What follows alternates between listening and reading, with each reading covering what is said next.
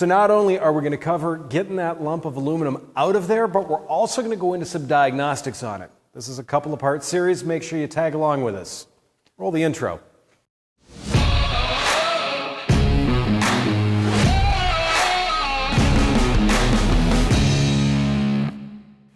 Hey everyone, thanks for tuning in again. I'm Josh with Motorcycle and Powersports News, and this is Project X. Now this is going to be the second installment of Project X. It's going to be the first part of our engine section.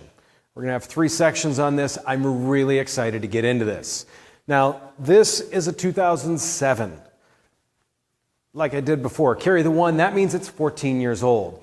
This isn't huge mileage or huge hours. In the same sense, Bronco ATV was kind enough to send us a rebuild kit for it, so that's what we're going to do. I want to make sure, though, that you know what you're looking at before you get into a rebuild. So we're going to do some diagnostics and see what this needs for sure. So let's go ahead and get into this. So before this ended up on the lift in here, I did take this out for a spin.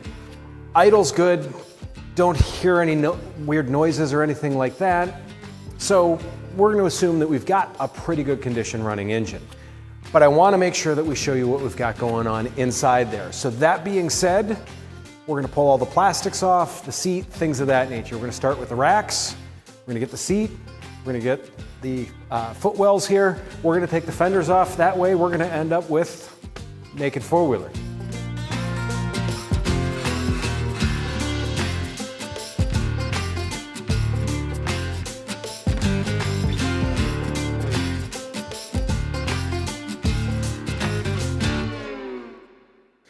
So before you pull the fenders off, you're going to want to pull the lights out. In a lot of cases, I suggest pulling the bulbs out so that way you don't end up having to replace those also. But when you pull these out, you can let this dangle here. You'll be in good shape. On the other side, there is one clip that you need to undo. Simple, put your screwdriver in there, give it a little twist. That'll drop that harness. And now we're pretty well naked. Next up, to make it easier to get to the spark plugs and that, we are going to remove the fuel tank. But first off, we are going to do a highly technical installation of a new part. Fuel cap. Bronco sent us a new one on this. These are one of those things where sometimes vents go bad, sometimes they just don't thread right, sometimes they don't seal. Pretty sure you guys know how the installation goes on this, but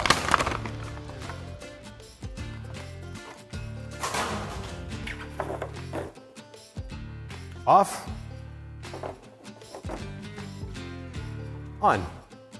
Next up, we are going to pull the fuel tank, but before we do that, we have to make sure that we don't have any more fuel pressure in the system. We haven't started to run this for a few days, but I want to make sure all the pressure's out of that. That being said, there is a small Schrader valve here, just like what you use in a tire valve stem, on the end of the fuel rail here. With that, we're going to put a rag down here to make sure that we soak up any fuel that may come out. And we're going to use just the tip of a real small screwdriver, push on that, same way you'd let the air out of the tires. Next up, to get the fuel tank out, it's still hooked up, so we have to undo the connector for the fuel pump on the electrical side. There's also a plastic clip that holds this in order for the fuel feed. So we're going to go ahead and remove both of those, pull the fuel tank off fine. Now we've got the fuel tank out of the way, we can start looking at the spark plug area. And the reason why I've focused on the spark plugs so much here is spark plugs really are your window into the cylinder. It's an easy way to get an idea of what's going on in there. Not to mention, it allows us to run a compression test. Compression testers like these are actually really inexpensive. You pick them up at a local parts store. Usually you want to get an adapter like this because the hole's not recessed a little bit down into the cylinder head. But let's go ahead and pull that spark plug and take a look at it to see what it looks like, see how things have been going in there. So I've got both spark plugs out here. I usually try and pull them both, that way you've got something to compare to. If one looks a lot different than the other, you know you've got a problem. These look decent. They're a little black, which I wonder if there's some oil or maybe the injector's spraying a little bit different pattern. But I'd rather have them a little black than pure white, because pure white means they're going lean, and that's an issue. This could also be from a little bit older gas in it, but we'll have to see once we run the compression test next. Most compression tests usually want you to have the engine warm. We've obviously been working on this for a little while. Things have cooled off. Not the end of the world. Really with this, we want to make sure that we're within spec. So what's going to happen is we are going to turn it over with both spark plugs out. You want to make sure that the battery has a full charge on it. So once we get everything in there, we're going to be looking for this to be between 150 and 200 PSI is the specification that Polaris gives. If we're below that, that means we don't have quite enough squeeze in the cylinder. So when we go back to basics on stuff like this, really you need 4 things for an engine to run. You need air, you need fuel, you need squeeze, and then you need spark. If you got those 4 things, then you're going to get a bang and it'll at least cough, sputter, or something for you. So this one ran pretty well, so we're pretty sure we've got all 4 of those components, but let's make sure that they're all nice and strong in that.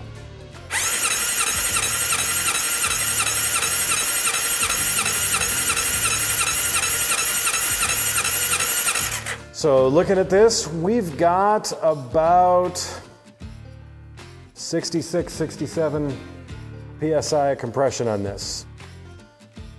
Not really what we're looking for. Let's try the other one.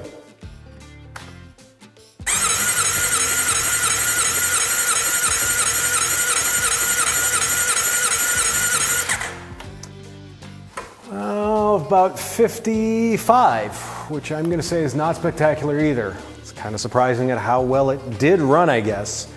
That being said, let's see if we can get a hint as to why this is having this issue. What we're going to do is we're going to put some oil in the cylinder, not much, just a little bit. If the compression comes up quite a bit, then we know we've got a piston ring issue because that oil will actually help seal up the piston rings. Let's give that a shot, see what happens. Now that we've got a little bit of oil in the cylinder, got the compression tester screwed back on, let's go ahead and see if we bring the compression up at all.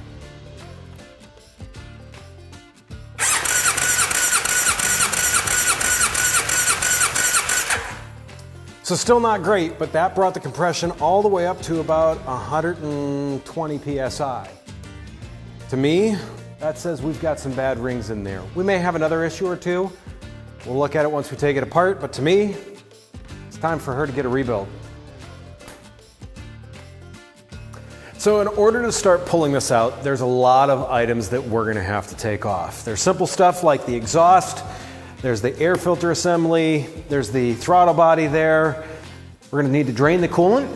We're gonna need to get those coolant lines off. We're also gonna wanna make sure that we've got the oil and everything like that out of the way. So that being said, I'm going to get started and we're going to show you bits and pieces of that as we go along the way because I'm pretty sure taking it apart is the part that's easy for everyone to do.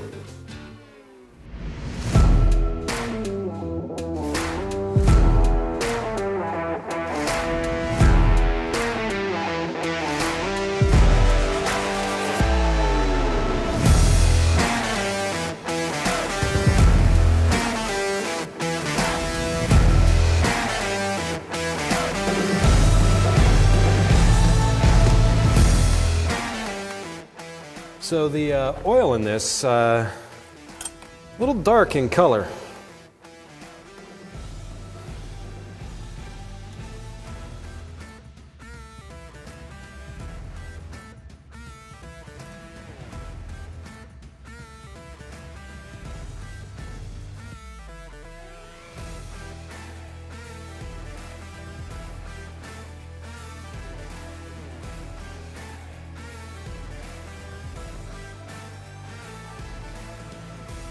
So as you can see, we've got pretty much everything on the right-hand side here ready to go.